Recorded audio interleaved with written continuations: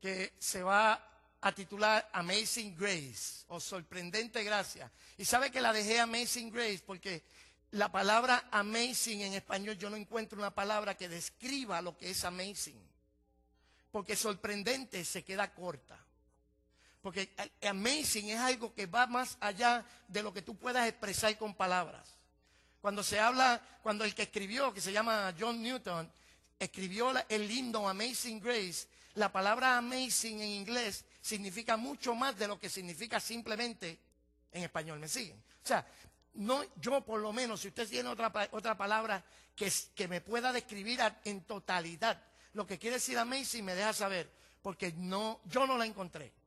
Porque amazing, algo que es amazing, es algo que te reta el cerebro de una manera, es tan grande que es aún inexplicable.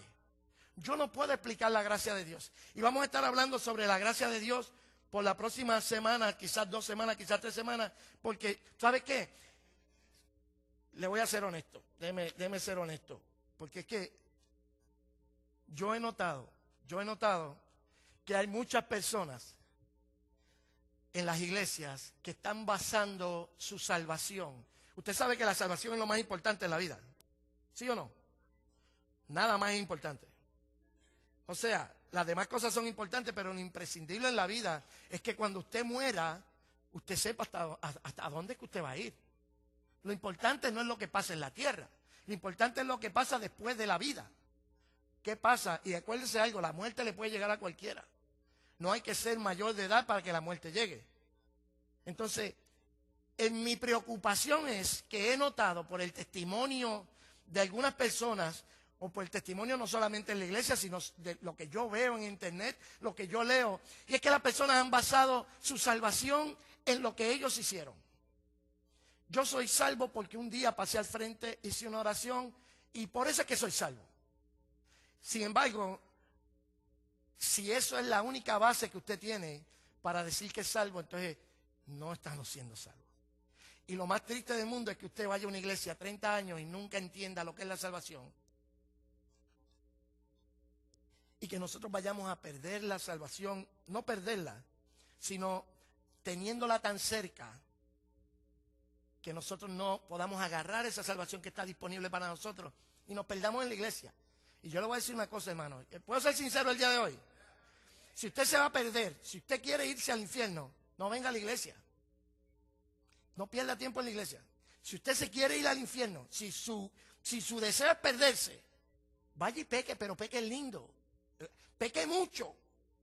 Porque no tiene sentido estar en la iglesia para perderse. ¿Me siguen? Ahora, si yo quiero ser cristiano, yo quiero ser el mejor cristiano que yo pueda ser.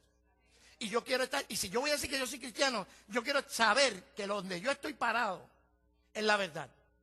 Y yo quiero saber que la vida que estoy viviendo es la que Dios quiere de mí, porque yo quiero ser salvo. Así que no podemos, hay una falsa salvación, y es la salvación que se adquiere nada más que porque uno pasa al frente, se sintió mal un poquito, se sintió triste, y yo quiero que usted, es más, yo le garantizo a usted algo, invite a alguien que no conozca a Cristo, y en esta serie Dios le va a hablar a su corazón y le va a hacer entender a esa persona que no conoce a Cristo que hay una amazing grace para ellos. Hay una gracia sorprendente que cuando nosotros la entendemos, muchos de los que estamos aquí, cuando terminemos la serie nos vamos a dar cuenta que de oídas conocíamos a Dios, pero ahora nuestros ojos lo pueden ver. Amén. Pero antes de comenzar, a mí me encanta dar clases. A mí lo que me gusta es los estudios bíblicos y las clases. Pero como aquí los estudios bíblicos son más reducidos que el culto de domingo, pues entonces me toca traer el estudio bíblico los domingos. Así que antes de poder entrar al tema que quiero traer, tenemos que dar un poquito de lo que es el contexto teológico y bíblico de lo que es la gracia de Dios, porque cualquiera sabe lo que es la gracia. La gracia es el regalo inmerecido de Dios, es el favor inmerecido de Dios. Algo que es por gracia, algo que tú no tienes que trabajar. Pero no podemos entender cuál es la magnitud de esa amazing grace. ¿Por qué es que ese grace is so amazing? ¿Por qué es que esa gracia es tan incomprensible, tan inexplicable, si nosotros no vamos a la Biblia y entendemos de lo que estamos hablando? Yo le voy a poner aquí un chart a ustedes. Y usted vaya leyéndolos. Vaya leyéndolo. Le voy a dar un momentito para que usted los vaya leyendo. ¿Cuántos reconocen esa lista? Eso tiene un nombre, ¿cómo se llama? Son los 10 mandamientos. Entonces, vamos a empezar. El primero, amarás a Dios sobre todas las cosas. ¿Cuántos en nuestra vida hemos tenido momentos en que no hemos puesto a Dios sobre todas las cosas? No diga nada, no se tira al medio. Pero entonces quiere decir que ya esa, esto no quiere, ok, esa ya le tenemos que marcar en rojo. Esa no la hemos seguido. Este es el carácter de Dios reflejado en unas reglas, en una regla. Dios se lo dio al pueblo de Israel para que fuera como un guideline, como si fuera como un guía. Esto, hay mucho más que abarca a Dios, pero Dios se la quiso hacer difícil. Mira, Dios no lo quiso hacer difícil, son 10, te caben en la mano. El primero, amar a Dios sobre todas las cosas. Ya en nuestra propia misión nos damos cuenta que nosotros no hemos cumplido con los 10 mandamientos. Porque el primero no lo hemos cumplido. Vamos al segundo. No tomarás el nombre de Dios en vano. No me conteste, pero podemos testificar de que ha habido algún momento en nuestra vida en que hemos tomado el nombre de Dios en vano. Y no queremos ir a los extremos, a los que dice que si tú mencionas a Dios debe ser con un propósito. No. Tomar el nombre de Dios en vano. ¿Cuánto dice? Te lo juro, hermano, por lo más santo. Y es mentira. Podemos decir con un grado de certidumbre bien amplio en que también hemos faltado a ese. El próximo, santificarás el día del Señor. En aquel tiempo significaba sábado, pero en este tiempo nosotros los cristianos tomamos domingo. Y es el domingo porque nosotros nos reunimos el día que los discípulos se reunían, que era el primer día de la semana y que es el día que resucitó Cristo. Si tiene algún hermano o algún compañero de la iglesia adventista, ellos le van a decir que el sábado es el día de Dios. Sin embargo, los discípulos se reunían el primer día de la semana, que fue el día que Cristo resucitó, el domingo, no importa qué día sea. ¿Habrá habido algún domingo que usted lo ha tomado para otra cosa que no sea honrar a Dios? Pues entonces tampoco. Estamos mal. Honrarás a tu padre y a tu madre. ¿Quién nunca le mintió a sus padres cuando era joven? ¿Quién nunca dijo algo? Hay personas que no queremos ir más allá, porque hay personas que toman a sus ancianos, a sus viejitos, y los dejan tirados por allá como si fueran un bulto. Eso es deshonrar a los padres. ¿Cuántos le hemos hablado mal a nuestros padres? Le hemos hablado mal, le hemos hablado con coraje. Todos. Entonces ese también lo hemos fallado. A rayo, mano. Y ahora, no matarás. No matarás. ¿Quién no ha matado aquí nunca a nadie? Ahora sí puede levantar la mano. ¿Quién nunca ha matado a nadie? Nunca. ¿Quién se ha enojado con alguien? Pues es que el principio del no matarás es que no te enojes. Jesús dijo, oíste que fue dicho, no matarás, pero yo te digo, cualquiera que se enoje con su hermano, ese va a ser culpable. Pues mira, ese tampoco. Porque si partimos del principio que Dios quiere enseñar, tampoco ese. No cometerás actos impuros, adulterio. Ese puede ser que alguno haya dicho, no, yo no. Pero la Biblia dice, oíste que fue dicho, no cometerás adulterio. Pero si cualquiera en su mente codicia a una mujer que no es suya, ya cometió adulterio en su corazón. No voy a preguntar, pero también lo hemos hecho. No robarás, ni lo voy a preguntar tampoco, también lo hemos hecho. Escúchame, robar cable TV es pecado. No te tienes que meter en una tienda a robar. Robar cable TV es pecado. Los que teníamos las cajitas aquellas truqueadas para robarnos la pelea, también ese es pecado. Mira, no robarás tampoco. No levantarás falso testimonio ni mentirás. Tampoco va a preguntar ese. Ese es obvio. Oye, ¿qué pasó? ¿Cómo estás? ¿Por qué no viniste a la iglesia? No, chacho, es que tú... También. No consentirás pensamientos ni deseos impuros. Escúcheme, tener un deseo impuro no es malo. Lo malo es alimentarlo y maquinar en base a ese deseo. A todos nos llegan. Usted no puede evitar que los pájaros vuelen sobre su cabeza, pero usted sí puede evitar que los pájaros hagan nido en su cabeza. Espante los pájaros. Se le van a parar en la cabeza a hacer nido. Usted los espanta. La Biblia dice todo lo que es bueno, lo que es justo, lo que es santo. En esto pensar. Todos hemos tenido pensamientos y deseos impuros. Y el último, no codiciarás el bien ajeno.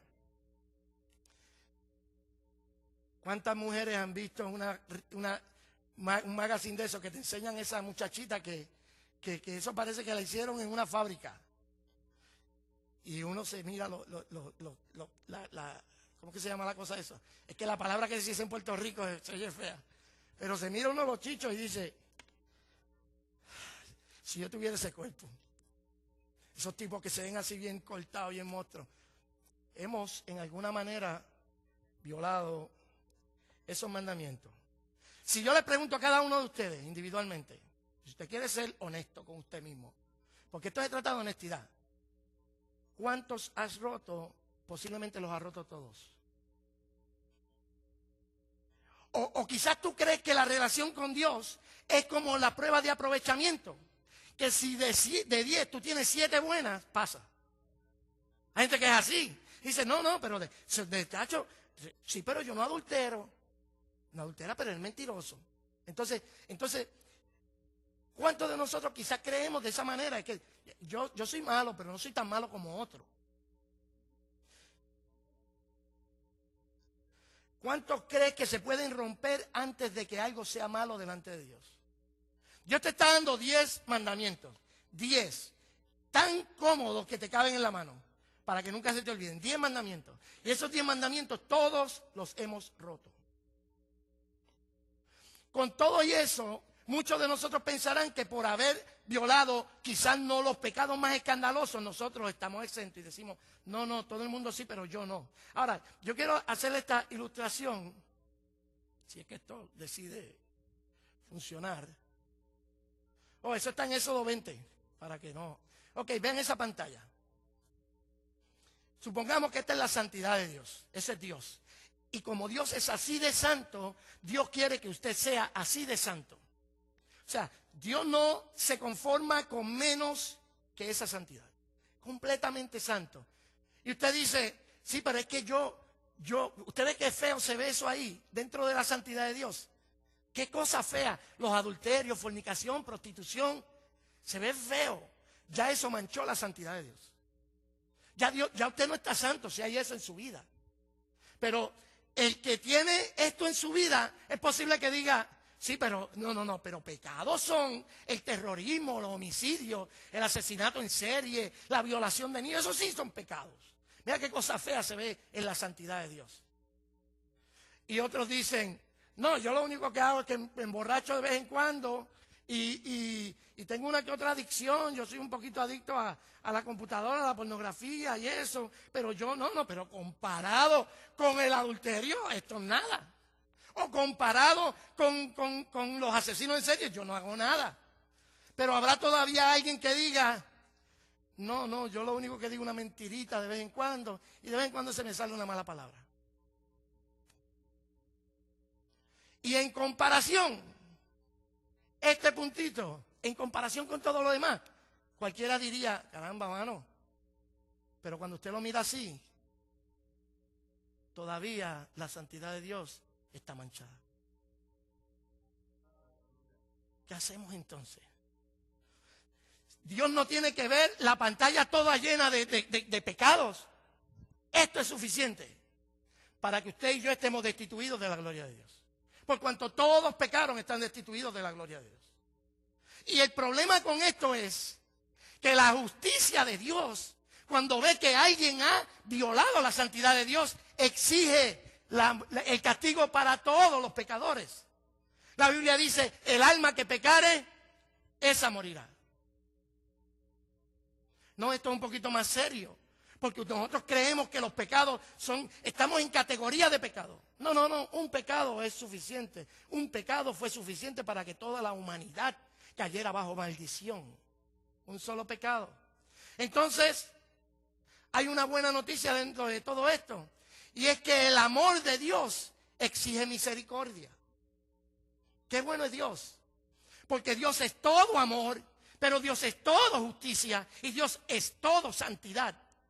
Y cuando la justicia de Dios es violentada, cuando la santidad de Dios es violentada, la justicia se para a exigir la muerte. Pero entonces hay un conflicto. La Biblia dice, mira cómo dice la Biblia, porque yo no quiero la muerte del que muere, dice Jehová. O sea, Dios no quiere que la gente se perezca, que la gente vaya al infierno.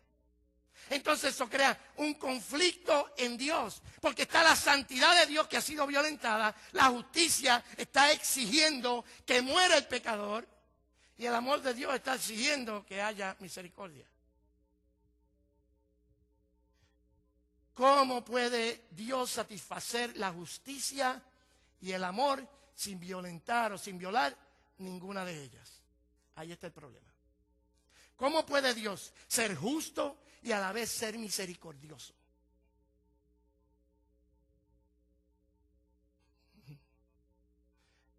Antes de la eternidad, Dios hizo un plan.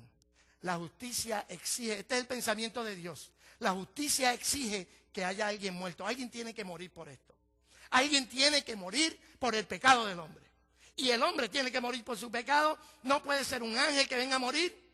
¿Y sabe lo que Dios dice? Yo le voy a enviar un sustituto a los hombres que sea limpio, que sea perfecto, que cumpla con todas las exigencias de la justicia y de la santidad. Ahí hay otro problema. ¿Quién es capaz de cumplir con ese criterio? Dios, la Biblia dice, busqué entre los hombres quien dijese la verdad y no encontré ninguno. Porque todos los hombres estaban en pecado. Entonces la idea maravillosa que tuvo Dios fue que entonces Dios se hizo hombre en la persona de Jesucristo y vino a morir por los hombres. Esta es la forma más fácil que puedo explicarle lo que es la doctrina de la salvación de una manera. Por eso es que la gente tiene tanto problema con Jesucristo. Porque la doctrina de la encarnación de Cristo, usted puede hablar de cualquier religión, usted puede hablar de Dios en todos lugares. Pero en el momento que usted menciona a Cristo, empieza la discordia, empieza la pelea. Porque es Cristo. Si nosotros quitamos a Cristo del escenario, el cristianismo sería como cualquier otra religión. Y hay muchos creyentes, hay muchos cristianos, hay muchos líderes que quieren vivir una vida cristiana sin Cristo. Jesucristo es el único camino, es la única vía a la salvación, no existe otra. Un cristianismo sin Cristo, eso es lo que predicamos. Yo no, pero por ahí predican. Un cristianismo en el que Cristo no es el único camino. Dios decidió que el hombre fuera salvo, ahora crea otro problema.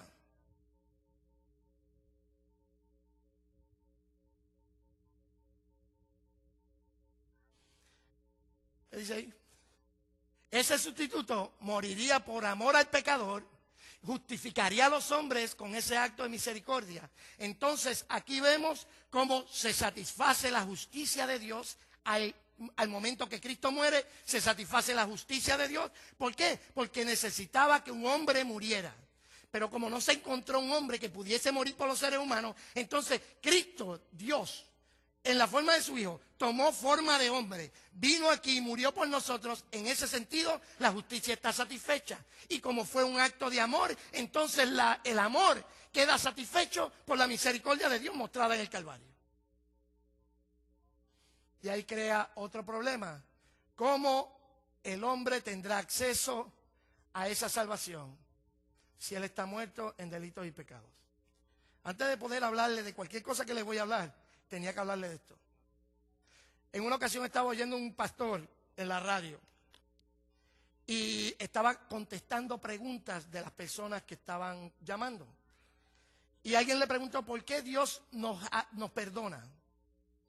Y él contestó, Dios nos perdona porque nos ama. ¿Usted cree que Dios nos perdona porque nos ama? ¿Cuántos creen aquí que Dios nos perdona porque nos ama? Ninguno. Dios no nos perdona. Tampoco. ¿Por qué nos perdona Dios? ¿Por qué es que Dios nos perdona?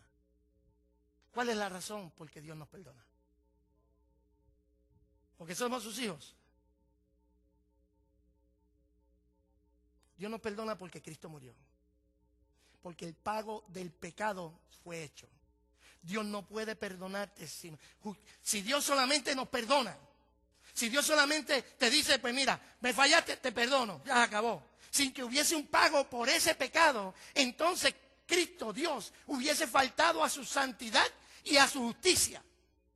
La razón por la que Dios ahora nos perdona, es porque el precio del pecado ya se pagó. El problema era cómo entonces ese hombre ya está pago, ya el cheque está hecho. ¿Cómo ese hombre puede tener acceso a ese cheque?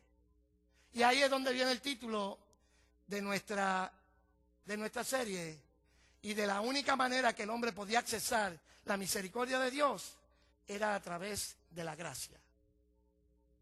De la única forma en que el hombre podía accesar lo que Dios había hecho por él es a través de que fuera un regalo. Porque el hombre jamás podría pagar por lo que Dios hizo por él. Jamás podría pagar por lo que Dios hizo por él. Pero cuando el hombre tiene acceso a esa, sabemos que es un regalo, ¿verdad? No hay que hacer nada. O hay que orar mucho para que Dios nos dé la salvación. No, estamos aquí, está muy bajito el aire, está muy alto el aire. Escúcheme, tenemos que hacer algo para que tengamos la salvación. Ay, bendito sea Cristo. Por las próximas semanas estaremos hablando sobre el tema de la gracia a la luz del más célebre himno que se ha escrito sobre ese tema, y es Amazing Grace. Yo tengo aquí una copia, ¿sabe? La traduje, no sé cuán bien usted podrá leer esto acá, pero dice, sorprendente gracia, si fuéramos a traducirla, cuán dulce el sonido que salvó a un despreciable como yo. Estuve perdido, pero fui encontrado. Estuve ciego, pero ahora veo. Ese himno fue escrito por un señor que se llamaba John Newton, que vivió en los años 1700.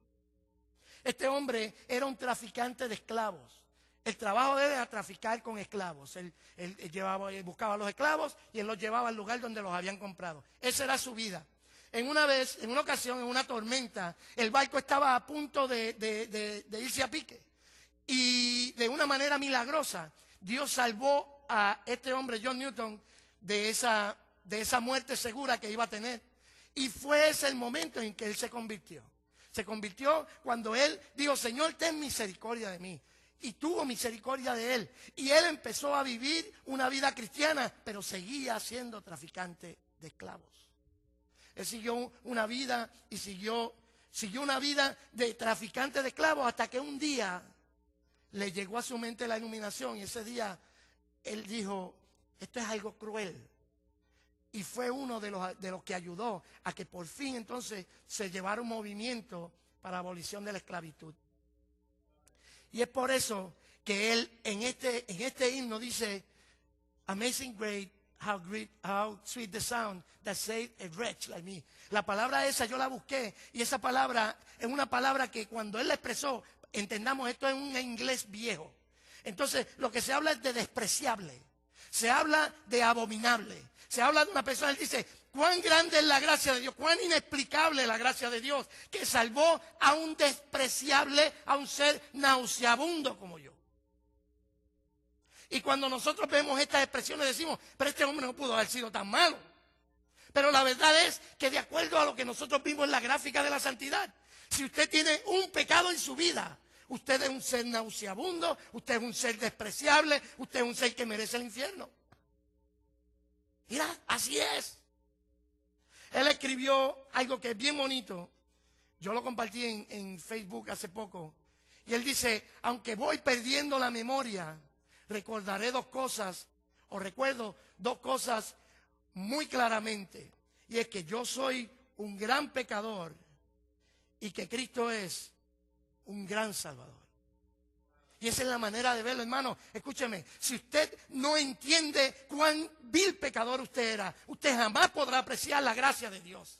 Si usted no se da cuenta en el lodo en que usted estaba, usted nunca va a poder apreciar de que un Dios santo metió la mano en el lodo para sacarlo a usted a donde usted está ahora. Nos vemos limpiecitos, nos vemos olorosos, pero no nos damos cuenta. No hemos tomado la gracia de Dios en serio, porque no nos hemos dado cuenta cuál vil pecadores eran, cuán nauseabundos delante de la presencia de Dios usted y yo éramos.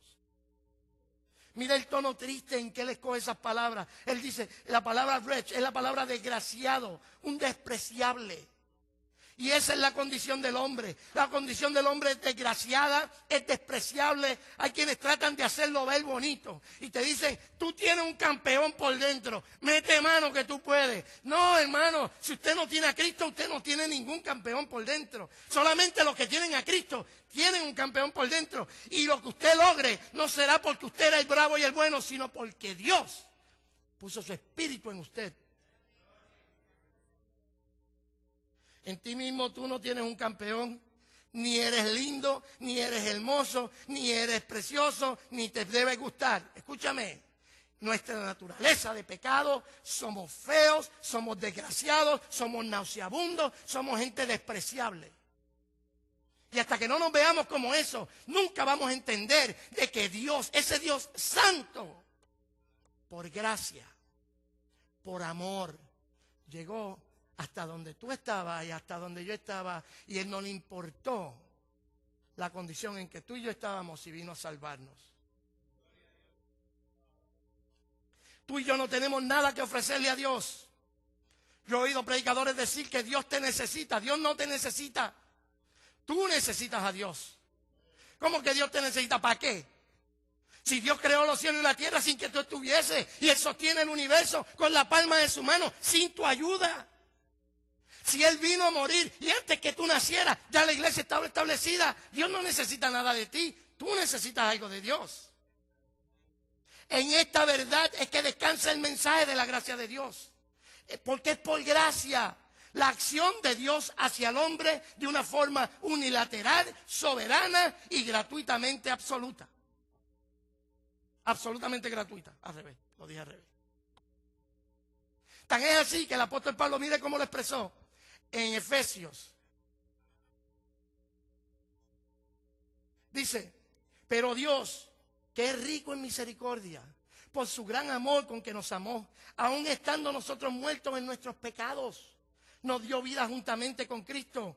Por gracia sois salvos. Y juntamente con Él nos resucitó. Y asimismo nos hizo sentar en lugares celestiales con Cristo Jesús, para mostrar en los siglos venideros la abundancia de gracia, riqueza de su gracia en su bondad para con nosotros en Cristo Jesús. Porque por gracia sois salvos por medio de la fe, y esto no de vosotros, pues es don de Dios, no por obras, para que nadie se gloríe. Que yo seguí leyendo y no por obras, para que no piensen que yo me lo inventé. No por obras, para que nadie se gloríe. Mi hermano, cuando nosotros entendemos que fue que Dios, escúcheme, Dios no tenía por qué hacerlo. Yo no sé cuántos de ustedes saben ese cántico que dice, cuán lindo es mi Cristo. La segunda estrofa a mí me encanta, es la más que me gusta. Dice, cuán lindo es mi Cristo, cuán grande es su amor, que diste tu vida por mí, pecador. Dejaste tu trono por venir aquí, y buscando al perdido, me encontraste a mí. Yo no sé si es que usted eso no lo... ¿Sabe qué pasa? Yo he sido un gran pecador.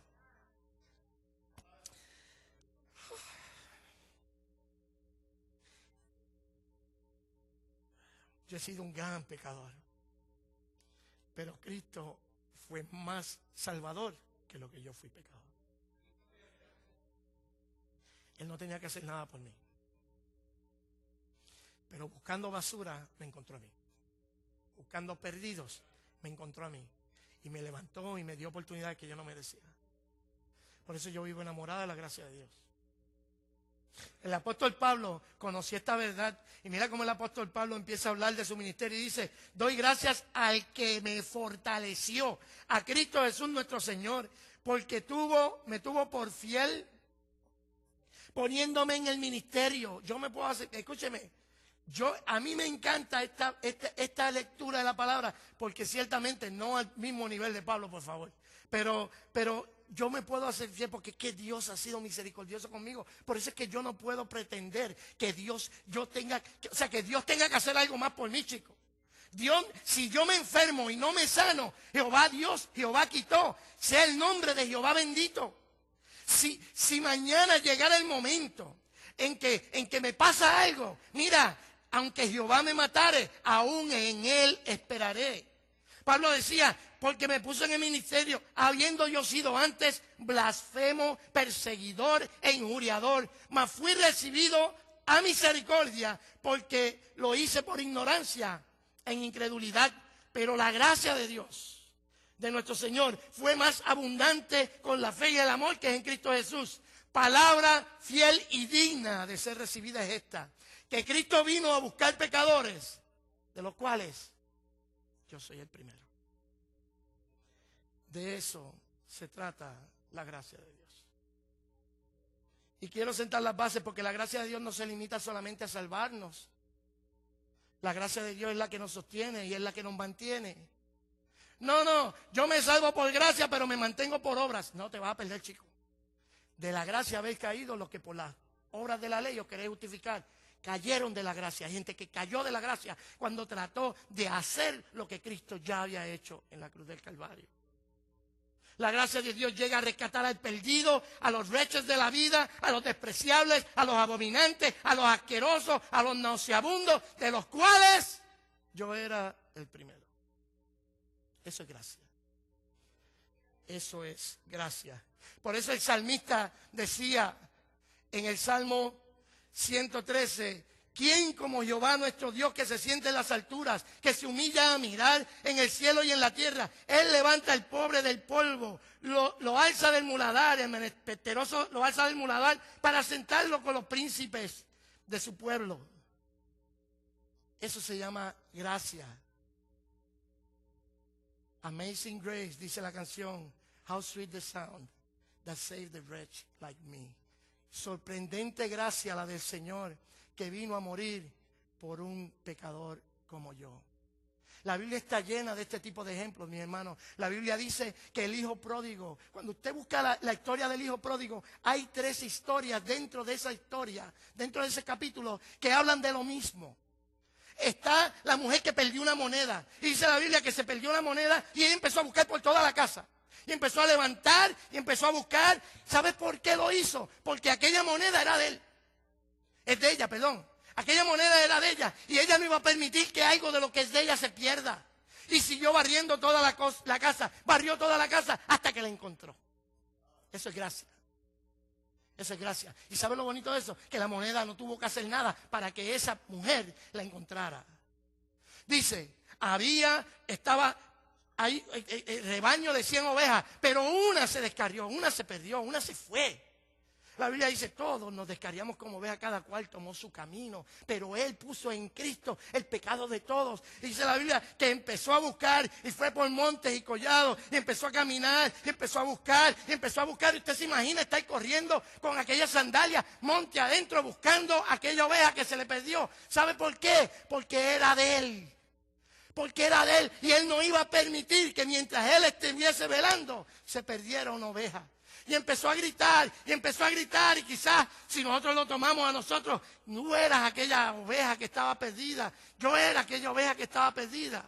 Y él empezó a buscar por monte, se le lastimaron los pies, estuvo tanto tiempo, ya tenía las piernas hinchadas, pero no se dio por vencido porque había una oveja que había que rescatar. La oveja no era tan importante, todavía había 99 más que él podía haberse conformado, pero él siguió buscando aquella oveja porque la amaba, porque era de él. Y yo me imagino aquella oveja sola, con los lobos que estaban acechándola, y ella estaba en una esquina. Yo no sé usted, pero yo me puedo imaginar esa escena. Y el pastor se paró en la esquina del abismo y empezó a mencionar un nombre. Y empezó a gritar, ¡Rubén! Y empezó a gritar, ¡María! María, María, ¿dónde está María?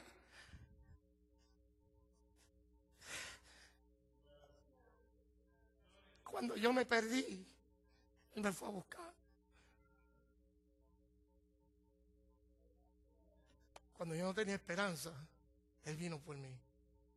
Gritó mi nombre, lo gritó a todo pulmón y se puso en forma de cruz. Y cuando yo lo vi a la distancia, no pude más que aceptar aquella gracia que estaba delante de mí. Dios no me obligó, pero quizá no me dejó otra opción. Ante tanto amor, tuve que decir que sí. En ese mismo capítulo, en esos capítulos, habla de un hijo pródigo. Aquel hijo pródigo que se perdió, que quiso hacer lo que le diera la gana, que buscó su propio camino. Y él se fue por ahí, por esos mundos de Dios, se fue a perderse, se fue a adulterar, se fue a perder. Él perdió todo. Pero había algo que no había perdido. Él nunca perdió el amor del Padre. El amor del Padre estaba intacto como el primer día que él se fue. Eso es gracia.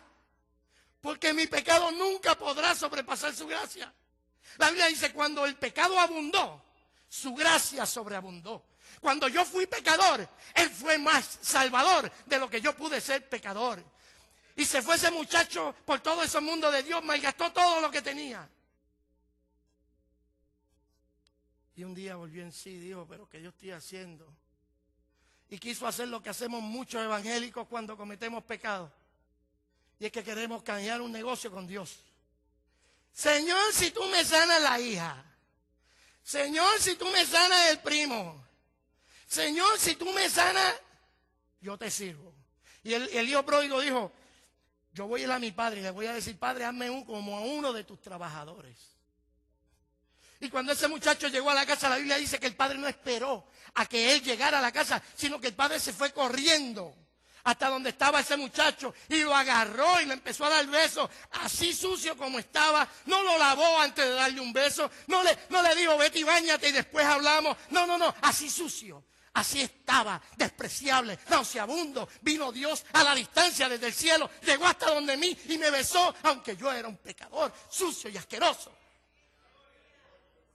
Eso es gracia. Eso se llama gracia. La misericordia fue la que hizo que él volviera en sí. Pero fue la gracia la que lo abrazó y lo besó. Fue la gracia la que le dijo, no, yo no te quiero como un trabajador porque tú eres hijo y los hijos no tienen que trabajar por la relación con el Padre. Yo no sé si tú me entendiste. No podemos pretender ser trabajadores para Dios. Somos hijos de Dios. La Biblia dice a todo el que cree le dio la potestad, el derecho, el poder de ser llamados hijos de Dios. Y hermanos, eso es gracia. Si tú no lo puedes ver más claro, eso es gracia. Dios te vio perdido y Él vino a donde ti, te besó. Y cuando tú quisiste decir, Señor, ya ahora que tú por lo menos me diste un beso, yo quiero, Señor, ser un trabajador. Él te dijo, no, te voy a dar unas vestiduras nuevas. Lo que hace Dios por nosotros nos da una nueva identidad, nos dio un nuevo caminar en nuestras sandalias, nos dio un anillo que es autoridad. Pero ¿sabes qué?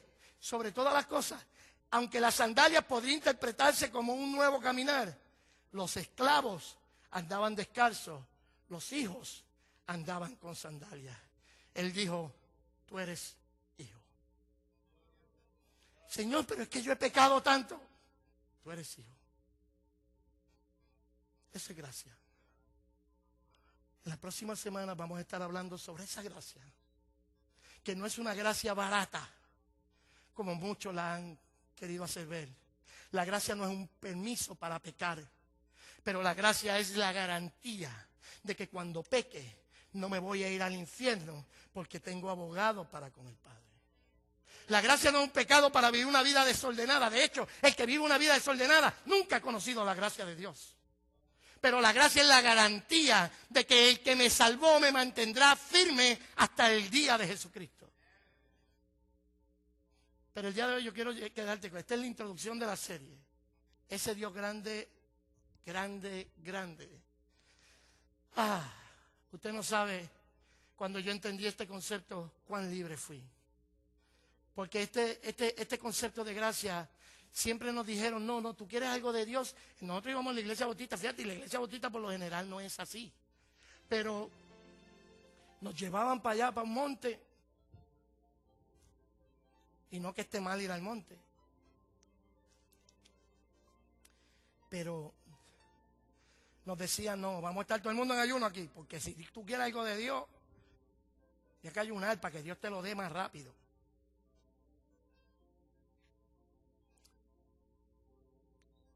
Y nunca me enseñaron el concepto de gracia. De que todo lo que tú tienes, todo lo que eres, todo lo que serás, ese poco de oxígeno que acabas de respirar, fue por gracia. Porque si el Señor del universo hubiese querido apretar la manga del oxígeno, te hubiese apretado una arteria, que el corazón deje de pompear, ahí te quedaba. El día de hoy has tenido las bases. De esto es lo que vamos a estar hablando. Pero la gracia en nosotros obra de una manera distinta a lo que obra la religión, porque la gracia obra por la fe y la fe obra por amor. Y cuando nosotros, según vayamos entrando en este tema, nos vamos a dar cuenta de que no hacemos las cosas para ser salvos, sino que hacemos las cosas porque somos salvos. Porque nos amó Dios con tan grande amor, que nosotros, solamente esa fe que hay en nosotros puede impulsarnos a hacer algo. Nos vamos a dar cuenta en esta próxima semana de que el que no hace nada es porque no ha conocido la gracia de Dios. Y de eso vamos a abundar. Pero el día de hoy yo quiero que tú te quedes con esto. Si hubiese alguna persona en este lugar que nunca le ha dado su vida a Cristo, que nunca, o que quizás le dio la vida a Cristo de una manera en que no había entendido esto, o sea, hasta que tú no entiendes cuán pecador tú eras, jamás podrás entender. Hasta que tú no te das cuenta cuán pecador tú eres, no te vas a poder dar cuenta cuán gran Salvador es Cristo. Todas nuestras obras son como trapo de inmundicia. ¿Sabes lo que es un trapo de inmundicia? Es una toalla sanitaria usada. Eso es. Así Dios considera los trapos de inmundicia. Perdón, la obra de los hombres, si no viene de la fe. Si hay alguien en este lugar que nunca le ha dado la vida a Cristo,